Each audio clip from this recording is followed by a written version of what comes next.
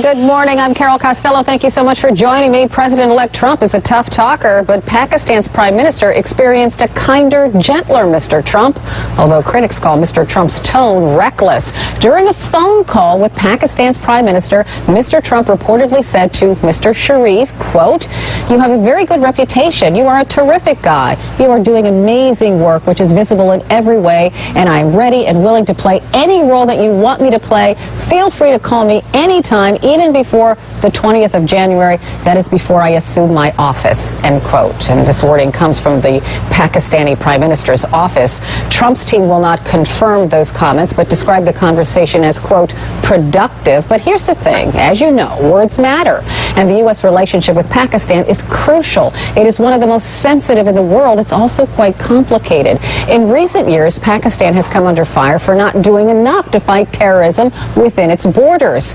After the U.S. Navy SEAL raid that killed Osama bin Laden inside Pakistan, then CIA Director Leon Panetta slammed Pakistani officials and their possible knowledge about bin Laden's whereabouts. He said, quote, "Either they were involved or incompetent. Neither place is a good place to be." So let's talk about Pakistan and the United States and Mr. Trump. With me now is David Rohde. He's a CNN Global Affairs analyst and a national security investigations editor for Reuters. Welcome. So, first of all, is it strange that Pakistan would leak this phone call between Mr. Trump and its prime minister? It is very strange, but I think it's an effort by Pakistan to sort of curry favor with Donald Trump and to be blunt, sort of play to his ego. And you're going to see a lot of countries doing this. A lot of them are going to think the more they interact with him, the more they praise him, the better for relations. From what I understand, the Pakistani prime minister called Mr. Trump, and here's some more of the conversation. This is what the Pakistani Information Services was said on the phone by Mr. Trump. "As I'm talking to you, Prime Minister, I feel I'm talking to a person I have known for a long time. Your country is amazing with tremendous opportunities. Pakistanis are one of the most intelligent people. I am ready and willing to play any role that you want me to play to address and find solutions to the outstanding problems." The thing is this is quite different from what Mr. Trump has said in the past about Pakistan. It's not been very flattering. No, he's criticized them in tweets in the past. I mean, Pakistan is one of the most vexing countries that the U.S. has faced over the last decade. But to be fair to Trump, maybe this deal-maker business experience, and you hear that, you know, if the transcript's correct in what he's saying to the leader of Pakistan. The problem is, what is he going to do? Is it a fantastic place? Are we going to open up to the Pakistanis? Or is it what he said it was in 2011, 2012, and 2015? I'm going to read the tweets because in 2011, Mr. Trump tweeted this: "Get it straight. Pakistan is not our friend."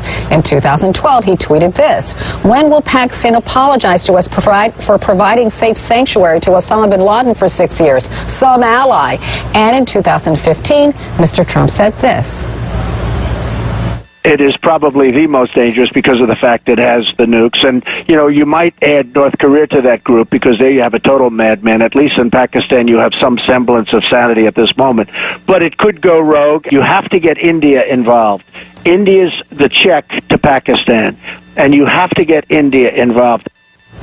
So maybe when you become president of the United States, you have to say really nice things to these leaders, and they'll kind of understand the terrible things you've said about them in the past. Well, it's what policy is he going to adopt? So one of his main platforms is to stop issuing visas to immigrants from countries that back terrorism.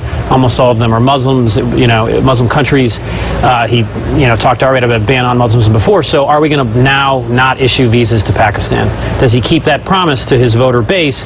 What is the message to Pakistan? It's a very dangerous country. It does have nuclear weapons, and the real immediate issue he'll face is Afghanistan. Pakistan has sheltered the Taliban, not just al-Qaeda. The Taliban are making huge gains in Afghanistan. We still have thousands of troops there. Within weeks of him being in office, he's going to have to make decisions about, do we keep U.S. troops in Afghanistan? And frankly, those troops are on a fool's mission as long as Pakistan keeps backing and sheltering the Taliban. And then there's India. India is a great American ally.